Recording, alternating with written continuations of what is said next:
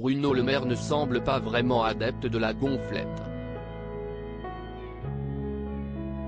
Intervenant sur le plateau de Quotidien ce jeudi 11 mai, le ministre de l'économie, moqué récemment à la suite de son dernier ouvrage, a été invité à réagir à la suite d'une chronique de Maya Mazorette centrée sur la normalisation des corps musclés et dessinés chez les hommes depuis les années 2000 et qui s'immiscent jusque dans la politique, comme l'a souligné l'autrice en rappelant les démonstrations sportives de Nicolas Sarkozy ou Dominique de Villepin.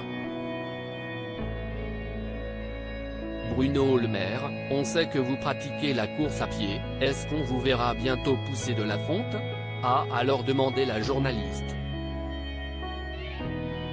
Aussi vite, celui que certains verraient bien au poste de Premier ministre a pourtant répondu, non, je ne pense pas. Je trouve un peu effrayant d'imposer un modèle de corps et de beauté.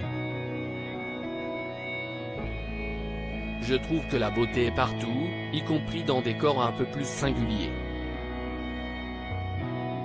Il n'y a pas un corps, il y a des corps et tant mieux a alors développé l'occupant de Bercy.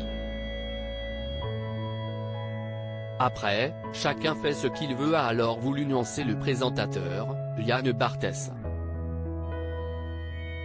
Chacun fait ce qu'il veut, mais imposer un canon de beauté unique pour les femmes, pour les hommes, je trouve ça regrettable parce que moi je trouve que la beauté est plus dans la différence, dans la singularité que dans l'uniformité.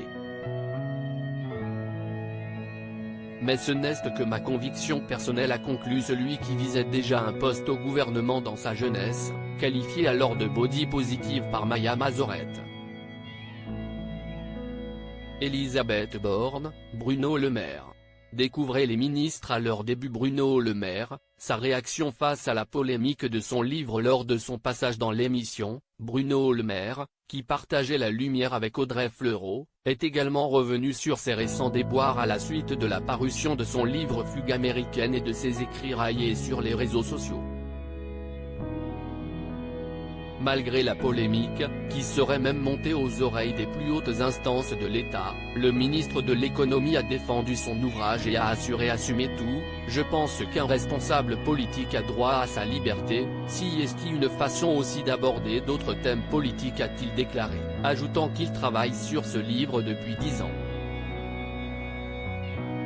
Questionné alors sur l'idée que son livre puisse être une forme de communication politique, Bruno Le Maire a nié, déclarant même « Mon rêve dans le fond, je rêverais qu'on oublie l'auteur ».